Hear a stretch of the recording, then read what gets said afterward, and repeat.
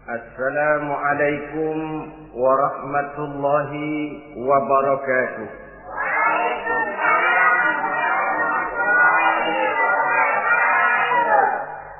Bismillahirrahmanirrahim. Alhamdulillahi rabbil alamin. Wassalatu wassalamu ala asyrafil anbiya'i wal mursalin, Sayyidina wa maulana Muhammadin wa ala alihi wa ashabihil mujahidin at-tahirin, amma ba'du. Bapak-bapak, ibu-ibu, saudara-saudara kaum muslimin rahimakumullah. Pada pertemuan terdahulu kita telah membicarakan bagaimana memilih jodoh menurut tuntunan agama Islam. Maka pada pertemuan kali ini pembicaraan akan kita tingkatkan kepada bagaimana membina mahligai rumah tangga bahagia dengan menitik beratkan pembicaraan kepada kewajiban bersama baik sebagai suami maupun sebagai istri. Banyak rumah tangga bahagia tercapai apa yang menjadi cita-cita dan tujuan. Tetapi tidak jarang rumah tangga yang tenggelam sebelum sampai ke pantai yang akan dituju. Pada saat-saat perkenalan seseorang dalam usahanya mencari jodoh, dia merasa bahwa pasangannya itulah yang akan memberikan kebahagiaan kepadanya. Hari-hari di mana terjadi pertemuan selalu menjanjikan dan menyanyikan keindahan. Bahkan sehari tak bertemu rasa seminggu, seminggu tidak bertemu rasa sebulan, sebulan tidak ketemu pingsan. Tidak ada tanda-tanda sesuatu itu akan menjemukan. Namun setelah memasuki kehidupan bahtera berumah tangga, baru beberapa bulan saja atau baru beberapa tahun saja, semua impian tadi sirna dan musnah. Bahagia yang disangka, sengsara yang datang menimpa. Keindahan yang diharap, malah kemalangan yang tumbuh. Hal ini disebabkan orang tidak meresapi hikmah daripada kehidupan berumah tangga, tidak menyadari tanggung jawab dan kewajiban yang akan berbuntut tidak timbulnya saling pengertian, dan pada akhirnya tidak akan tumbuh ketenangan di dalam rumah tangga itu. Bukankah kewajiban akan saling memberikan pengertian, pengertian membawa ketenangan, dan ketenangan adalah tangga utama untuk mencapai rumah tangga bahagia. Oleh karena itu kita mulai saja dengan kewajiban sebagai seorang suami di dalam memimpin rumah tangga bahagia ini.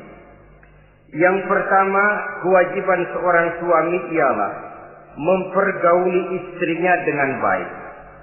Setiap suami, manakala selesai dia mengucapkan ijab dan qabul di hadapan tuan pengulu atau tuan qadhi, maka ia pun mengucapkan sighat ta'liq yang berisi perjanjian dari seorang suami bahwa ia akan mempergauli istrinya dengan baik, muasyarah bil ma'ruf menurut tuntunan syariat agama Islam.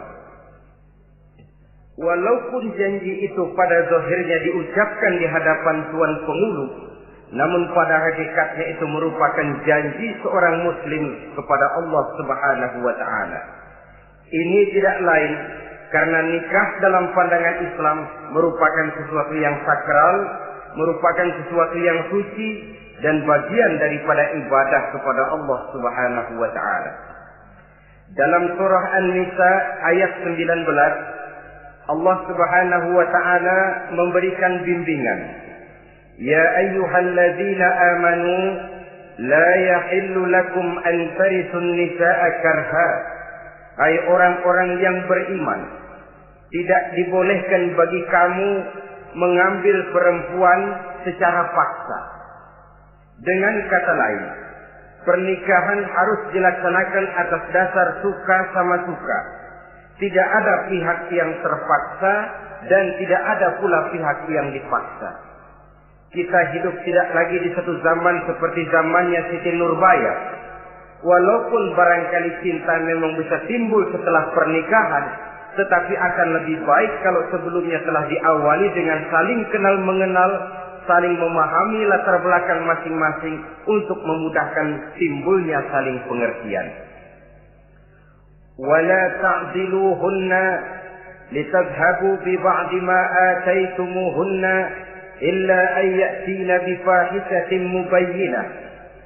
Dan jangan kamu mempersulit mereka karena ingin mengambil kembali sebagian dari apa yang telah engkau berikan kepada mereka, kecuali apabila mereka telah nyata-nyata melakukan perbuatan-perbuatan yang keji. Wa ashiruhunna bil ma'ruf, dan pergaulilah istri-istrimu itu dengan baik. Fa in karihtumuhunna, kalau kamu merasa tidak suka kepadanya, bersabarlah. Fa asa an takrahu syai'an wa yaj'alallahu fihi khairan katsira, karena boleh jadi kamu tidak menyukai sesuatu, padahal Allah menjadikan di dalam sesuatu yang kamu tidak sukai itu kebaikan yang banyak bagimu. Ini merupakan tuntunan umum betapa seorang suami harus mempergauli istrinya dengan baik, mu'asyarah bil ma'ruf, menurut tuntunan syariat agama Islam. Karena bagaimanapun hak milik seorang suami terhadap istrinya adalah milkul manfaat, milik untuk mengambil manfaat, bukan milkul mutlak seperti seorang memelihara budak umpamanya, yang bisa dihitam putihkan, bisa dijungkir balikan, bisa diperlakukan sekehendaknya. Itu bertentangan dengan tuntunan agama kita. Adalah kewajiban seorang suami mempergauli istrinya dengan baik. Kemudian yang kedua, seorang suami harus menaruh perhatian, menjaga kehormatan, dan bila perlu turut membantu dan menolong pekerjaan istrinya. Menaruh perhatian sampai kepada hal-hal yang kecil sehingga si istri merasa bahwa dia mendapat perhatian. Ada dia mengadu, ada tempat dia melarikan persoalan, ada tempat dia bercerita. Sejak dari tingkah laku, berpakaian, berperhiasan, make up, dan lain sebagainya. Karena tanpa ada perhatian dari seorang suami, biasanya istri akan menjadi malas, baik untuk bersolek, baik untuk membina dan mengatur rumah tangga, dan lain sebagainya. Apalagi tidak berat lidah untuk memuji perbuatan baik yang dilakukan istrinya, dan tidak mencela secara langsung perbuatan-perbuatan salah yang dilakukan oleh istrinya. Dia bisa menegur secara bijaksana dan dewasa. Saudara-saudara kaum muslimin, seorang sahabat bernama Salman Al-Farisi mempunyai adik perempuan yang kawin dengan Abi Dzar Al-Ghifari. Satu hari Salman datang menengoki adik perempuan ini di rumahnya. Dilihatnya adiknya, rambutnya acak-acakan, pakaiannya kumuh, pendeknya nggak enak dilihat. Salman memberikan nasihat, kau bersoleklah sedikit supaya suamimu betah di rumah. Kata istrinya, untuk siapa saya bersolek? Ya tentu untuk siapa lagi kalau bukan untuk suamimu. Kata adiknya, percuma saja, suami saya jarang di rumah. Kemana? Di masjid terus.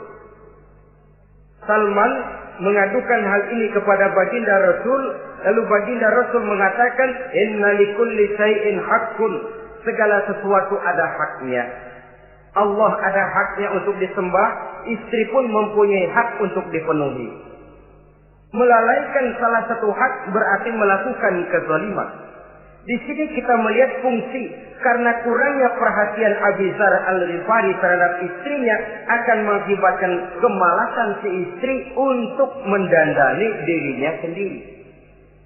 Dengan mendapat perhatian, apalagi tidak berat lidah, maka kegairahan dalam kehidupan berumah tangga rasa-rasanya akan sangat mudah terwujud. Kalau suaminya bersolek, kalau istrinya bersolek, kata suaminya, kau memang pandai milih warna.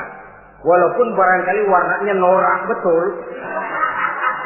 Tapi kalau pada saat itu seorang suami jujur, kan akan timbul pertengkaran. Kadang-kadang Istri bersolek, suami apa katanya? Lu sih dandan mangga dandan sama. Ini kan sudah tidak menghargai, tidak menaruh perhatian. Udah dah, dandan gak dandan sama, gue kenyang melihatnya. Saudara hadirin yang saya muliakan, tidak menaruh perhatian. Sehingga si istri merasa tidak diperhatikan. Nah kalau sudah tidak diperhatikan, lihat saja. Jangankan dalam contoh seperti berumah tangga, apa saja. Seorang anak kalau sudah tidak merasa diperhatikan oleh orang tuanya, dia akan sewenang-wenang. Begitu juga seorang pegawai kalau sudah tidak merasa diperhatikan oleh atasannya, semaunya kerja. Pun seorang istri, kalau dia merasa sudah tidak diperhatikan oleh suaminya, akibatnya dia akan dandan semaunya, dia akan ngurus rumah tangga semaunya, dia akan memasak masakan semaunya. Nah kalau sudah semaunya begini, alamat tidak akan ada keharmonisan di dalam kehidupan rumah tangga itu sendiri. Suami yang baik sangat menaruh perhatian kepada istrinya, dari hal yang kecil sampai pun kepada yang sebesar-besarnya. Tapi tidak berarti nyeleneh. Apa itu nyeleneh? Menaruh perhatian bukan selalu mau ingin tahu. Jangan lantas suaminya yang beliin bedak, suaminya yang beliin. Itu nyeleneh namanya. Overacting. Terlalu berlebih-lebihan sampai kepada sesuatu yang tidak pada tempatnya. Di samping menaruh perhatian juga menjaga kehormatan. Dan bila ada waktu, dia turut membantu, menolong pekerjaan daripada istrinya. Bukankah seorang perempuan mau melakukan nikah dengan seorang laki-laki karena dia mendambakan hidup yang bahagia? Terus terang saja kan kadang-kadang istri kita ini lebih banyak borongan. Yang saya maksud borongan artinya ya sebagai istri ya dia, ya nyuci ya dia, ya masak ya dia, ya membersihkan rumah tangga ya dia. Istri borongan. Baiklah kalau barangkali memang kondisi ekonomi kita belum menunjang ke arah sana. Walaupun istri berkewajiban untuk taat kepada suami, tetapi adalah wajar suami pun tenggang rasa dan timbang-timbang. Rasulullah saja kadang-kadang dan tidak jarang menjahit bajunya sendiri, memperbaiki kasutnya sendiri. Artinya pada waktu yang terluang dan memang bisa dilakukan, jangan mengandalkan kepada istri. Dengan demikian istri merasa bahwa resiko membina rumah tangga adalah merupakan resiko bersama. Saudara-saudara, yang ketiga, seorang suami yang baik memperhatikan yaitu tidak mengeluarkan kata-kata yang kasar. Sebab apa? Perempuan adalah makhluk yang paling cepat tersinggung. Perasaannya sangat halus. Dan saya kira perempuan itu lebih sakit ditampar dengan bahasa daripada ditampar dengan tangan. Kalau ditampar dia dengan tangan, urusannya paling nangis 2-3 jam sudah sembuh. Tapi ditampar dia dengan kata-kata, ditampar dia dengan omongan, itu sangat menyakitkan hatinya. Seorang suami yang baik tidak mengeluarkan kata-kata yang menyinggung perasaan, kata-kata yang kasar. Dia pandai menggunakan kata-kata yang baik untuk menghidupkan rumah tangganya. Rasulullah seringkali memanggil Siti Aisyah itu dengan Humaira. Humaira dari kalimat ahmar yang kemerah-merahan. Sebab rupanya kulit Siti Aisyah itu kuning kemerah-merahan seperti tomat mengkel. Sehingga panggilannya Ta'ali ya Humaira, kemarilah wahai yang kemerah-merahan. Alangkah indahnya panggilan ini. Kadang-kadang kita mah jujur suami ini. Ketahuan istri bongkok, enak banget bongkok, sini loh.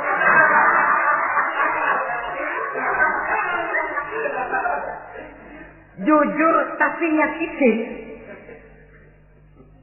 Saudara-saudara, kadang-kadang inilah ya, bahasa perbuatan sangat besar pengaruhnya dalam menciptakan keharmonisan di rumah tangga. Pacaran mah manggilnya yang, Mau kemana yang? Udah endah aja udah. Begitu berumah tangga masih indah kakanda. Punya anak satu, bapaknya anak-anak. Punya anak dua, bapak lo. Sudah 3 anaknya, bapak hilang eluh manggilnya. Panggilan ini mengalami pergeseran. Nah begitu juga suami. Ketika pacaran bukan main. Ketika baru melakukan akad nikah sedang honeymoon bulan madu, asik betul. Kemana-mana selalu bersama. Kondangan selalu bersama. Resepsi pergi bersama. Jalan bergandengan tangan. Istri sedikit terpeleset. Khawatir bukan main. Hati-hati yang.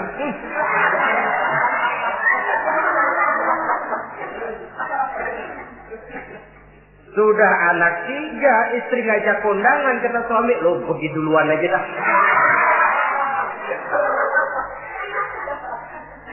Pulang kondangan, istri laporan, bang saya terpeleset. Emang lu mau mampus?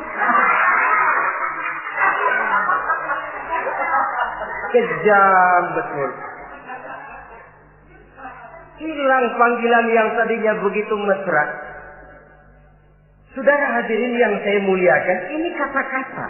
Kelihatannya kecil, sederhana, tapi sangat besar pengaruhnya dalam menciptakan rumah tangga yang bahagia ini. Oleh karena itu, soal isi hati kita, itu urusan gaib yang tahu cuma Allah. Orang lebih dahulu lihat penampilan, dan dari penampilan ini yang dinilai adalah kata-kata kita. Oleh karena itu, seorang suami yang baik, dia tidak mengeluarkan kata-kata yang menyinggung perasaan. Kalaupun dia marah betul, dia tidak mencaci maki secara langsung. Dia bisa menggunakan kata-kata kiasan. Maka agama memberikan tuntunan, kalau seorang suami marah, jangan memukul muka. Dan mukul pun bagian terakhir. Jangan jalan pertama. Kadang-kadang ada juga loh Pak, suami marah sama istri persis korambil gebugin maling. Aduh, gelebuk gak karuan.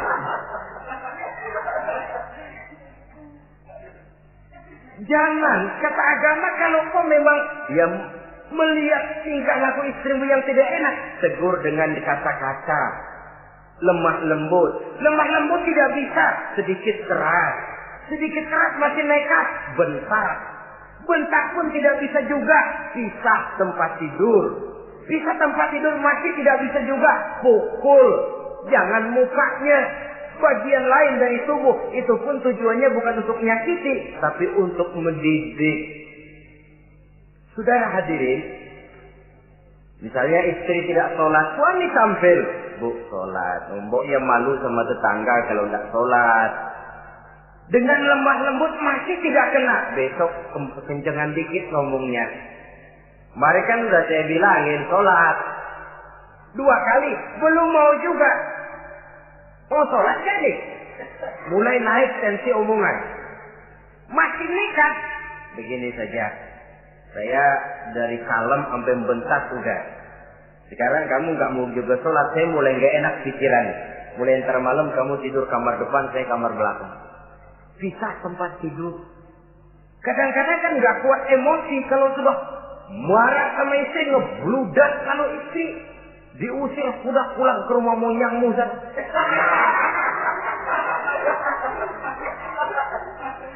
Kata agama jangan, kita tempat tidur saja. Sudah, kamu tidur kamar depan, saya kamar belakang. Pisah tempat tidur. Kenapa? Nanti malam kalau hujan turun, pikiran berubah, berasa perlu, tinggal pindah kamar. Secara psikologis, saudara-saudara. Jadi melalui processing. Oleh sebab itu, kata-kata sangat besar pengaruhnya di dalam membina kehidupan berumah tangga. Seorang suami yang baik tidak mengeluarkan kata-kata yang bisa menyinggung istrinya. Sebaliknya, istri pun demikian. Tidak mengeluarkan kata-kata yang bisa menyinggung perasaan suaminya. Sebab lebih dosa besar kata-kata suami istri yang menyinggung suaminya, walaupun sama dosanya ya, tapi lebih besar ketersinggungan seorang suami ketimbang seorang istri ini. Namun agama memberikan tuntunan suami lebih dahulu yang diajarkan. Jangan mengeluarkan kata-kata yang bisa menyinggung perasaan. Baik itu menyangkut dandanan istri, caranya pakaian, caranya jalan, ataupun masakannya. Masakannya sekalipun tidak kita sukai, ya ndak usah. Misalnya sayur keasinan, begitu dicobain menteleng mata pelatat, melotot keasinan. Ndak usah lantas tolak pinggang, lu masak melotot ya. Ndak usah. Saudara hadirin yang saya muliakan, jadi itu dari segi masakan. Dari segi pakaian, umpamanya istri kita berpakaian tidak sesuai dengan tuntunan agama, cukup kita bisa berkata, pakaianmu sebenarnya bagus, motifnya, potongannya, kainnya, cuma kok kelihatannya kok potongan badanmu kok kelihatan betul dengan terbungkus pakaian seperti itu. Alangkah lebih baiknya, nah, dengan demikian istri nggak terlalu tersinggung. Daripada sudah dandan bagus-bagus, lalu istri suami ngobrol kata yang gak enak. Bagus loh kayak nangka dikerosorin.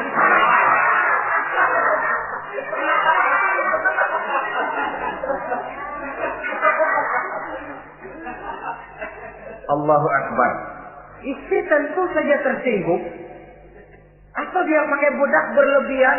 Ya tentu dia pun begitu karena ingin ada kebanggaan suami jalan dengan dia merasa bangga. Tapi over. Bedaknya berlebihan, lipstiknya berlebihan. Suami usil. Begitu mau berangkat ke undangan, istrinya keluar nanya, mau main topeng monyet di mana?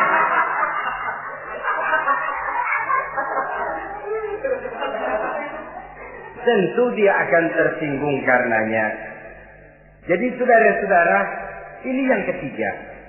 Yang keempat, seorang suami yang baik jangan memberikan pekerjaan di luar batas kemampuan istrinya. Tugas istri itu nyaris 1 kali 24 jam. Seorang suami bagaimanapun payah dia bekerja, pulang dia bisa istirahat, tidur malam dia bisa tidur dengan nyenyak. Tapi seorang istri, apalagi dia punya anak kecil, bayi misalnya, itu nyaris jam kerjanya 1 kali 24 jam.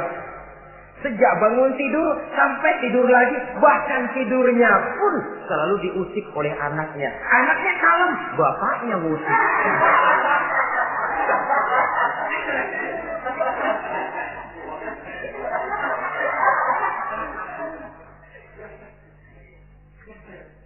Jadi jangan memberikan pekerjaan di luar batas kemampuan. Kata pepatah, "Iza aradta an tuta'a fasal ma yustata." Apabila kamu ingin ditaati, perintahkan apa yang orang mampu mengerjakan. Jadi kalau kita memerintahkan seseorang untuk melaksanakan sesuatu yang dia jelas tidak mampu, itu artinya sama dengan kita tidak ingin ditaati oleh orang itu. Bukan dia tidak mau taat, jenis pekerjaan yang kita berikan di luar batas kemampuannya. Nah kalau sudah begitu, tentu saja lalu ketaatan akan menurun jadinya. Tadi sudah saya katakan, kadang-kadang istri kita ini istri borongan. Dalam arti, ya dia masak, ya dia nyuci, ya dia ngepel, ya dia ngejemur, ya dia ngetriska. Borongan. Terlalu berat tugasnya.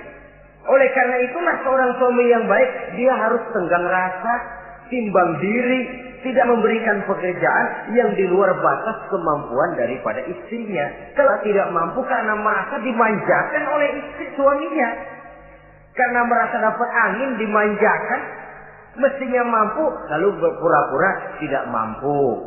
Apalagi istrinya suaminya sedikit-sedikit mau menolong dia. Jadi posisi ini nanti bisa berbalik.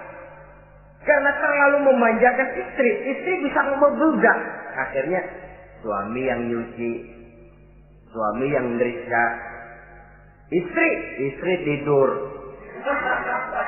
Walaupun tentu saja tidak jelek, tetapi itu sudah overacting namanya. Saudara hadirin yang saya muliakan, itu yang keempat.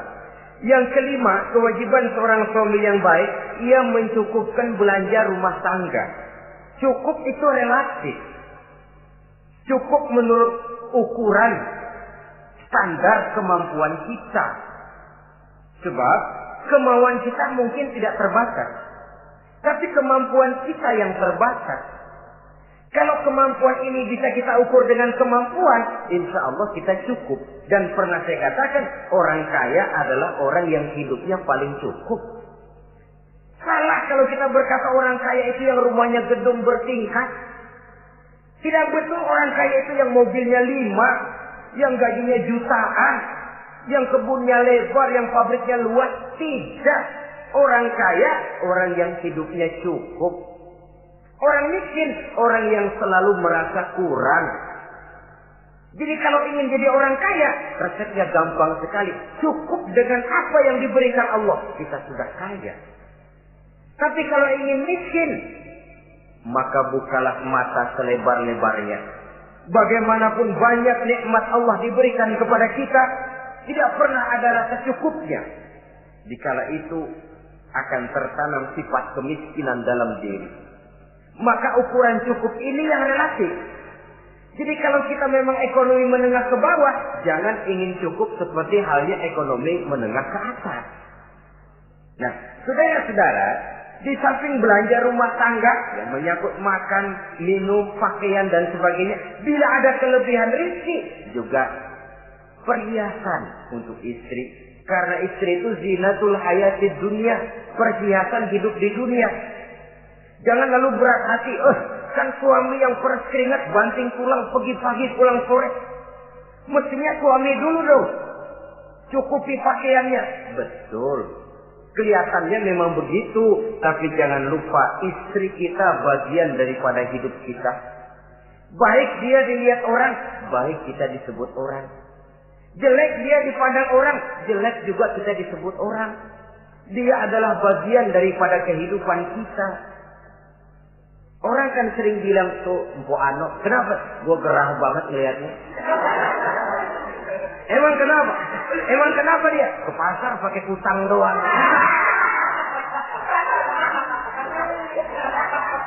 Kata temennya, terang aja dia kan binnya si Meun itu. Si Meun yang gak tahu apa-apa ikut kesebut-sebut. Istri adalah bagian daripada kehidupan kita. Zolim seorang suami mentang-mentang dia merasa dia yang cari duit, lalu buat dirinya dia beli pakaian yang mahal-mahal. Istrinya cuma nggak karung doang dipakai. Istri adalah bagian daripada hidup kita. Baik dia dilihat orang, baik kita disebut orang. Jelek dia dilihat orang, akan jelek juga kita jadi pembicaraan orang. Ini tidak lain karena dia merupakan perhiasan bagi suami dan bagian daripada kehidupan seorang suami. Adalah satu perbuatan zalim misalnya, kalau seorang suami manakala dia beroleh rezeki parkir di restoran. Kalau tidak ada duit, baru dia pulang ke rumah. Sementara dia enak makan makanan yang serba nikmat dan lezat di restoran yang serba ada, istrinya di rumah cukup kangkung saja sama toge. Adalah satu perbuatan yang zalim dan istri berhak menuntut karena itu memang merupakan haknya. Begitu besar nilai pahala memberikan nafkah ini sampai Nabi dalam hadis yang diriwayatkan oleh Imam Muslim dan Ahmad bersabda, dinarun anfaqtahu fi sabilillah wa dinarun anfaqtahu ala rukbatin wa dinarun tasaddaqta ala miskin wa dinarun anfaqtahu ala ahlika a'zamuha ajran allazi anfaqtahu ala ahlika. Uang yang kamu belanjakan di jalan Allah, uang yang kamu belanjakan untuk membebaskan budak, uang yang kamu sedekahkan kepada orang miskin, dan uang yang kamu belanjakan untuk nafkah keluargamu, pahalanya itu lebih besar uang yang kamu belanjakan untuk nafkah keluargamu. Ya Allah. Jadi rupanya nilainya sedemikian besar.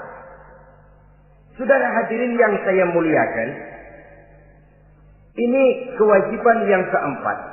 Yang kelima maksud saya. Yang keenam, kewajiban seorang suami. Dia berusaha untuk meningkatkan pengetahuan daripada istrinya. Membimbing. Sebab selain daripada berfungsi sebagai seorang suami, dia juga adalah guru daripada istrinya. Kalau dia tidak bisa membimbingnya secara langsung, setidaknya doronglah istrinya untuk ikut menghadiri pengajian, majelis-majelis taklim, bergaul dengan ustazah-ustazah, sehingga terdapatlah peningkatan pengetahuan. Paling kurang pergaulannya bertambah luas, cakrawala pandangannya juga tidak jadi sempit karenanya. Sebaliknya, peluang ini pun harus dimanfaatkan oleh istri dengan sebaik-baiknya, dengan niat yang ikhlas keluar dari rumah untuk mencari ilmu pengetahuan. Yang repot kadang-kadang dari rumah berangkat ngaji, sampai di pengajian suaminya diakur-akurin.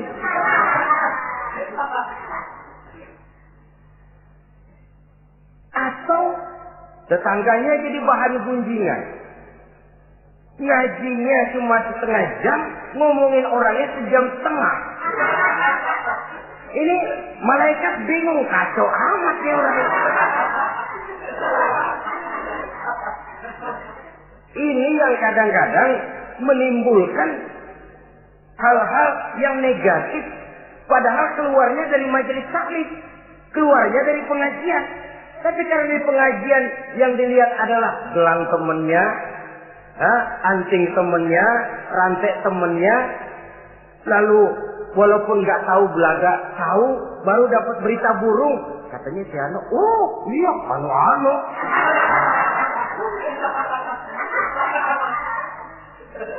Saudara hadirin yang saya muliakan, akhirnya nanti kan suami jadi pegel.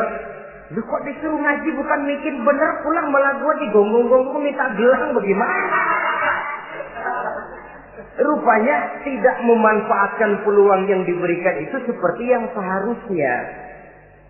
Jadi kalau memang seorang suami tidak bisa membimbing istrinya dalam arti meningkatkan ilmu pengetahuannya, doronglah dia, berikan kesempatan untuk menghadiri pengajian, majelis-majelis taklim yang akan lebih membuka nuansa pergaulan, lebih meluaskan pandangannya, dan ada refreshing. Nah ini penting.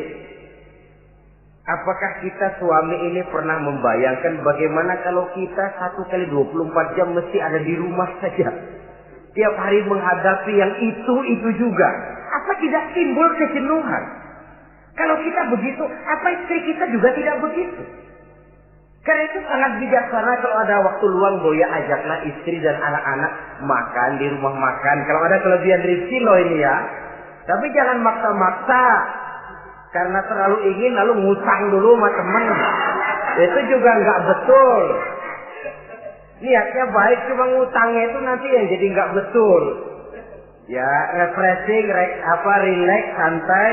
Apa itu ke Taman Safari, apa itu ke Bogor. Supaya istri ini merasa ada selingan dalam hidup. Tidak jenuh, tidak monoton.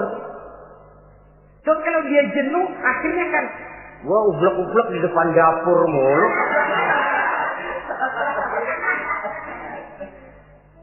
Saudara hadirin yang saya muliakan, kejenuhan ini pada suatu saat akan meledak. Nah, kalau meledak tanpa tersalurkan, dia akhirnya akan mencari saluran sendiri. Iya kalau positif, kalau negatif, inna lillahi wa inna ilaihi raji'un jadinya.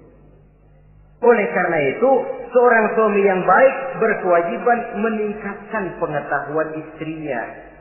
Sebab boleh jadi istri tidak melaksanakan kewajiban karena tidak tahunya. Nah kalau istri nggak tahu jangan digoblok-gobloki. Mestinya dibimbing, diberikan kesempatan ngaji. Kamu sih disuruh gini aja kok nggak bisa, emang goblok aku nih.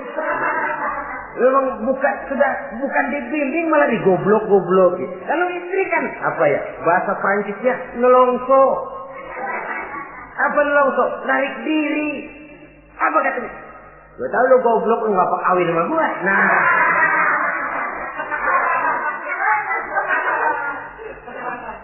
Atau pada kata yang lebih gak enak, gue digoblok-goblokin juga, dipakai juga. Nah.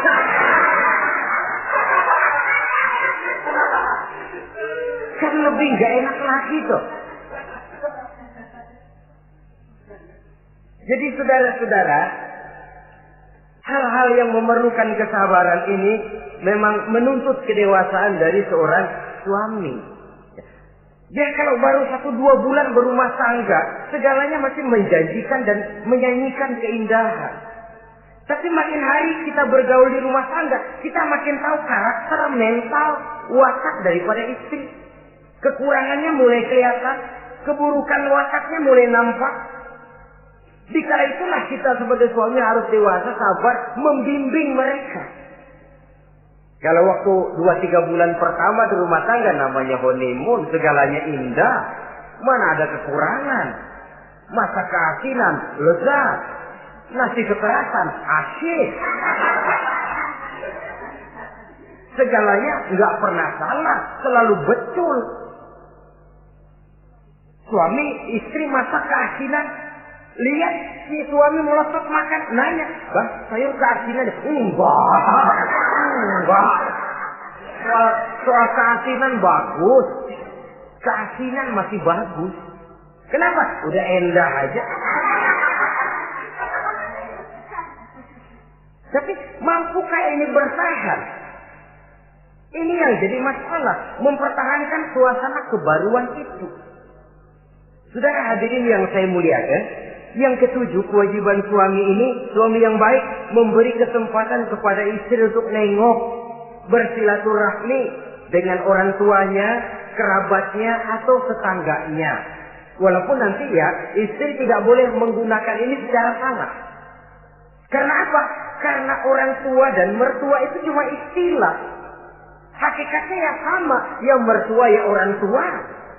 Ya apalagi orang tua. Itu cuma satu istilah. Perbedaan istilah tidak harus menyebabkan kita berbeda sikap. Jangan kalau mertua yang datang, suami curiga. Kalau istri didorong-dorong. Babe itu tuh datang. Babelu katanya. Lalu belum apa-apa sudah buruk sangka. Biasa babelu. Biasa katanya. Nah, biasa ini sudah gak enak tuh. Biasa datang bawa jeruk, pulang minjem duit. Allahu Akbar. Ini kan sudah menanamkan rasa gak enak.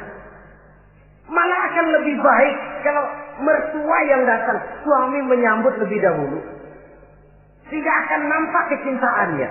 Tidak lagi membedakan antara mertua dengan orang tua karena cuma sekedar istilah. Memberikan kesempatan. Dan seorang istri pun, walaupun akan ke rumah orang tuanya sendiri, izin suami itu wajib. Jangan merasa, saya kan mau ke rumah orang tua sendiri, kepada orang tua kan ibadah, wajib, betul. Tapi setelah punya suami, ranking pertama suami. Bukankah saudara pernah dengar satu riwayat, seorang sahabat akan pergi jihad di jalan Allah, perang membela agama. Ketika akan berangkat, dia pesan sama istrinya, "Aku mau perang membela agama. Aku pesan, kalau aku belum pulang ke rumah, kau jangan keluar rumah." Baik bang, berangkatlah si suami dengan iringan doa istrinya. Nah, ini istri yang baik ya. Suami pergi kantor, istri doa. Di situ letak kerjasama. Suami buka warung, istri sembahyang duha. Di situ letak kerjasama. Ya Allah, kata istri dalam doanya itu, mudahkan rezeki suami saya. Kalau memang rezekinya masih di langit, turunin ya Allah. Kalau masih terpendam di perut bumi, keluarkan ya Allah. Kalau masih jauh, dekatkan ya Allah. Ikhlas melepas suami dengan iringan doa. Suami pun berusaha lulapan terasa jalannya. Tapi kalau dari berangkat keluar rumah sudah dilepas oleh bemo. Tahu bemo? Moyo. Itu suami berangkat juga hatinya sudah kusut. Sudah tidak dilepas dengan doa. Lalu istri juga barangkali suaminya berangkat ngedumel. Ya, jangan dikasih rezeki dah Tuhan, tadi dikasih rezeki gak kawin lagi. Nah.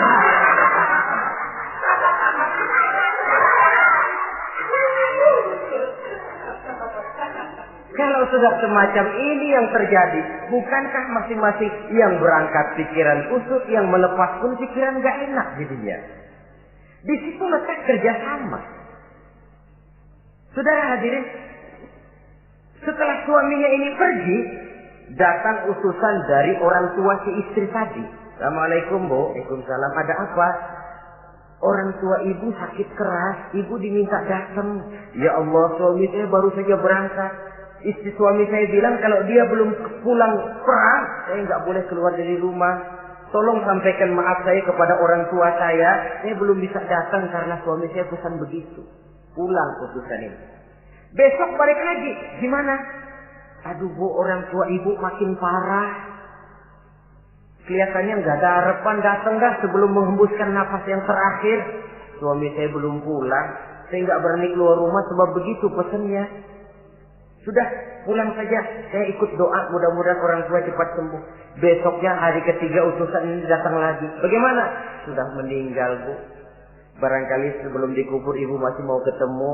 Maaf saja, bagaimanapun berat hati saya, suami saya belum pulang, pesannya tadi begitu. Ini rupanya utusan kesel. Ini orang sama orang tua sendiri gini-gini amat. Lalu lapor kepada baginda Rasul. Apa jawab beliau? Baginda Rasul malah berkata, dosa orang tua yang meninggal ini sudah diampuni oleh Allah karena dia mempunyai anak perempuan yang begitu taat kepada suaminya. Allahu Akbar. Jadi ketaatannya kepada suaminya ini diberikan satu ganjaran oleh Allah mengampuni dosa orang tuanya yang sudah meninggal itu. Jadi jangan merasa mentang-mentang mau ke rumah orang tua sendiri selonong boy. Selonong boy, masa bodoh laki mau tahu nggak tahu, pokoknya gua ke rumah orang tua gua sendiri. Jangan lupa setelah berumah tangga ranking urutan pertama suami, setelah itu barulah orang tua. Saudara hadirin yang saya muliakan, begitu juga istri yang baik mendapat izin dari suaminya. Bu, tolong ambilin uang di dompet. Sudah izin. Istri yang baik, dompetnya dibawain. Ini saja Bang, ambil sendiri. Nanti saya ambil 10.000, merasa kurang 20.000, lagi ambil saja sendirilah. Lain dengan istri yang nyelonong, lagi pergi mandi, dompet acak-acakan.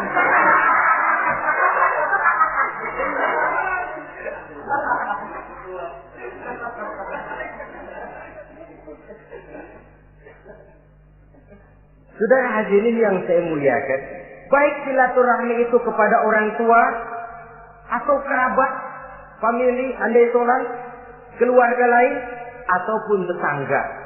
Tetangga itu perlu sepanjang dia menghasilkan nilai-nilai positif. Karena memang kita makhluk bermasyarakat. Yang tidak boleh kalau dengan bertetangga itu lalu menghasilkan hal-hal yang negatif. Saudara hadirin, yang kedelapan, seorang suami yang baik wajib bersikap lapang dada dan sabar menghadapi kekurangan-kekurangan yang ada pada istrinya. Lapang dada dan sabar. Sebab memang membangun manusia itu lebih sulit dari membangun jembatan. Kalau memperbaiki jembatan mungkin seminggu 2 minggu selesai. Tapi memperbaiki watak seseorang memerlukan waktu lama. Prosesnya diperlukan kesabaran, sikap lapang dada dan sebagainya. Seorang suami harus bersikap lapang dada dan sabar menghadapi kekurangan-kekurangan yang ada pada istrinya. Dan kekurangan-kekurangan itu tidak lalu dia ceritakan kepada yang lain. Kan ada toh kadang-kadang suami kalau ngobrol sama temennya, kekurangan istrinya jadi topik diskusi. Gini gue payah banget dah. Lu nggak ada yang nanya, istrinya dipayahin di mana-mana. Kayaknya nggak malu. Mengorek aib sendiri kan menepuk air di dulang, toh itu artinya. Kalau aib istri kita ceritakan di mana-mana, bukankah artinya kita juga menceritakan aib kita sendiri? Karena istri bagian daripada kehidupan kita. Sebagaimanapun seorang istri tidak wajar menceritakan aib dan kekurangan suaminya di mana-mana. Malah dia harus menutupi. Malah kelemahan-kelemahan dan kekurangan suaminya harus dia jaga. Dia tetap bangga. Di mata saya suami saya adalah Arjuna yang tidak punya kekurangan apa-apa. Kalaupun orang bawakan berita, tidak betul itu. Walaupun hatinya panas, tapi dia masih bisa menunjukkan wajah yang sejuk, senyum dalam hati yang panas. Sebab saudara-saudara, apabila kita tidak punya filter, ini kadang-kadang kita mau tenang, kita bisa dibakar oleh yang lain. Tapi kalau ada filter, kita bisa menyaring, boya masa iya.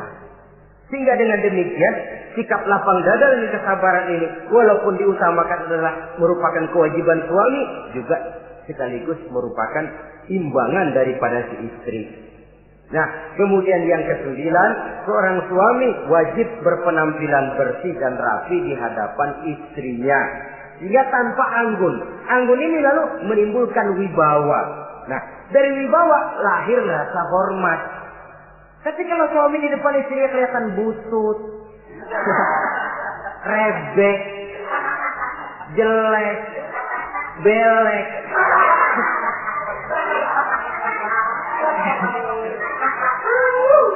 kata istrinya juga gua apes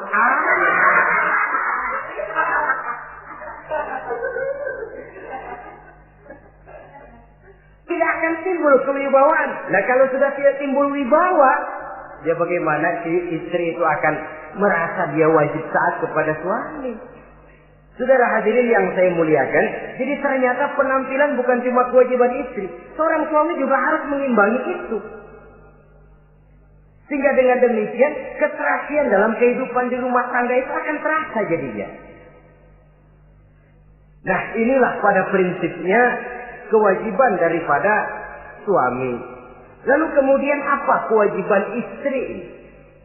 Yang pertama, saudara-saudara, terutama ibu-ibu tentu, istri itu berkewajiban untuk taat dan patuh kepada suaminya.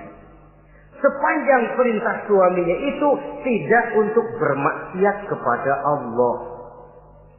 Jangankan amalan yang mubah, amalan yang sunnah saja tidak diizinkan oleh suami, masih dikerjakan oleh istrinya. Dosa. Itu amalan sunnah. Misal saja ini ya. Suami kebetulan ngambil cuti. Hari Senin ada di rumah. Begitu malam Senin, kata si istri, "Bang, besok kan hari Senin saya mau puasa sunnah." Karena istrinya santri, biasa puasa Senin Kemis. Kata suaminya, "Lu tega amat, gua tumben perek Senin. Senin ada di rumah lalu mau puasa, gue lu suruh ngapain?" Umpamanya lo ya, umpama.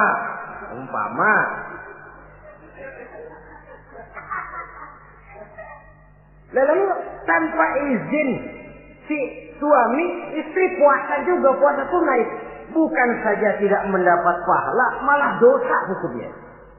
Ini amalan sunnah.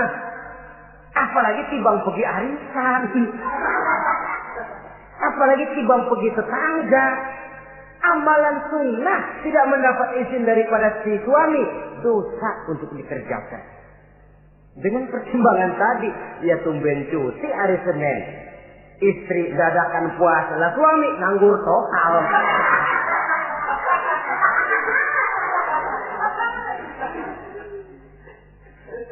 Saudara hadirin yang saya muliakan, Nabi bersabda, "Ayyuma imra'atin matat wa zawjuha anha radin illa dakhalatil jannah."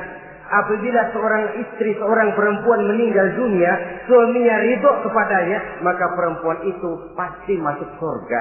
Ini artinya kalau seorang perempuan meninggal dunia, ya dia tukang ngaji, ya puasa Senin Kemisnya rajin, ya sujudnya hebat, tapi dia meninggal suaminya enggak ridho, pintu surga belum dibukain sampai suaminya ridho kepadanya. Ini begitu besar kewajiban untuk taat. Nah, di sini suami wajib ngimbangi. Jangan mentang-mentang istri wajib taat, lalu suami overacting, kerjanya cuma tulak pinggang sama nunjuk. Lo kalau gue bilang nyungsep. Ya enggak. Contoh dari baginda Nabi tadi sendiri kok, beliau itu menjahit bajunya, memperbaiki kasusnya. Yang bisa ia kerjakan, nggak usah ngandeli. Saudara hadirin, yang kedua, Seorang istri berkewajiban untuk memperlihatkan budi pekerti yang baik kepada suaminya. Lah, budi pekerti itu yang baik yang bagaimana? Yang diisyaratkan oleh Nabi. Apa kata beliau? Khairun nisa, perempuan yang baik ialah man sarratka iza absorta, yaitu yang mengembirakan kamu apabila kamu memandang kepadanya. Satu. Ini termasuk budi pekerti yang baik. Apabila dipandang oleh suaminya, dia pandai menyenangkan, menggembirakan hati suaminya. Jadi, tolong ibu-ibu, jadilah istri yang siap pakai. Nah, itu tuh. Itu istilahnya. Anytime already, standby. Ya. Apabila dipandang, dia sanggup menggembirakan hati suaminya. Suami pulang dari pasar dagang rugi, istrinya tampil. Itulah bang romantikanya dagang. Mboya sekali-sekali rugi. Apa mboya selalu untung? Gelombang laut saja pasang surut. Lah, suami kan merasa ada air penyejuk. Ini termasuk menggembirakan. Jangan suami sudah pulang dari pasar rugi, mikul panjang, ngos-ngosan sampai rumah istri ceramah. Lasar lu laki goblok. Dagang pakai rugi. Ini kan suami sudah di pasar rugi, sampai rumah digoblok-goblokin. Nah itu nanti ya efeknya. Suami itu kalau sudah istri nggak menyenangkan hatinya di rumah, si suami itu kena penyakit yang istilah sekarang ini penyakit broken home. Nah penyakit nggak betah di rumah. Mestinya dia kumpul di rumah, dadakan di pos ansik dia kongkok. Sampai subuh lagi, sampai subuh. Sampai subuh. Saudara hadirin yang saya muliakan. Pandai menggembirakan, menjadi penghibur. Usaha suami gagal, dagangnya rugi. Gairahnya bekerja menurun. Di saat itu istri tampil jadi pengimbang yang baik. Sehingga dengan demikian istri suami lalu merasa ada sedikit air penyejuk. Apabila dipandang, dia pandai menyenangkan hati suaminya. Bagus kalau seorang istri pada saat ada suaminya di rumah dia berdandan. Dan suaminya tinggal di rumah dia apa adanya. Dan keliru besar. Sebab dandannya seorang istri dengan niat untuk menyenangkan hati suaminya merupakan ibadah. Saudara hadirin, ciri yang kedua dari budi pekerti yang baik seorang istri itu apa? Wa tuti'aka iza amarta. Kalau diperintah, dia taat kepadamu. Diperintah, dia taat sepanjang perintah itu tidak untuk bermaksiat kepada Allah. Yang ketiga lagi cirinya watahfazu ghibataka fi nafsiha wa malika. Dia dapat menjaga diri baik pada waktu kamu tidak ada, baik menjaga dirinya sendiri ataupun menjaga hartamu. Tidak menggunakan kesempitan di dalam kesempitan. Ini ciri dari budi pekerti. Yang ketiga, sekarang kewajiban seorang istri dapat mengatur rumah tangga dengan baik dan rapi. Mengatur rumah tangga itu kan tidak perlu biaya yang mahal-mahal. Asal ditempatkan pada tempat yang serasi, komposisi warna yang cocok, tidak perlu perhiasan yang mewah-mewah. Orang lalu terkesan, rumahnya ini sejuk ya. Kenapa? Tata ruangannya kok enak dilihat, apik. Enggak karena mentang-mentang semua kepengen dilihat orang, semua ditaruh di ruang tamu. Sampai tempayan piring naik ke ruang tamu semua. Walaupun mahal, tapi kalau tidak pada tempatnya kan orang lalu, ini kok terlalu amat ya. Dapat menata. Dan menata ini tentu karena pergaulan. Saudara hadirin yang saya muliakan, sehingga dengan demikian ada suasana kebetahan. Orang di rumah itu merasa seperti, itulah yang dikatakan Nabi, baiti jannati, rumah tanggaku laksana surga bagiku. Laksana kebun, tempat di mana kita melepaskan lelah, tempat di mana kita menemukan ketenangan, tempat di mana kita menemukan refreshing dari segala kejenuhan dan kelelahan akibat tugas-tugas yang kita hadapi, baik di kantor, di tengah masyarakat, di pasar, dan lain sebagainya. Yang keempat, jangan menambah kesulitan suami. Syukur kalau malah bisa membantunya. Bahwa ada seorang istri yang bekerja, itu bagus. Asal bisa menjaga diri dan bisa menjaga kepercayaan dan kehormatan daripada suaminya. Dan suami pun yakin bahwa jenis pekerjaan yang dikerjakan oleh istrinya itu tidak bertentangan dengan agama.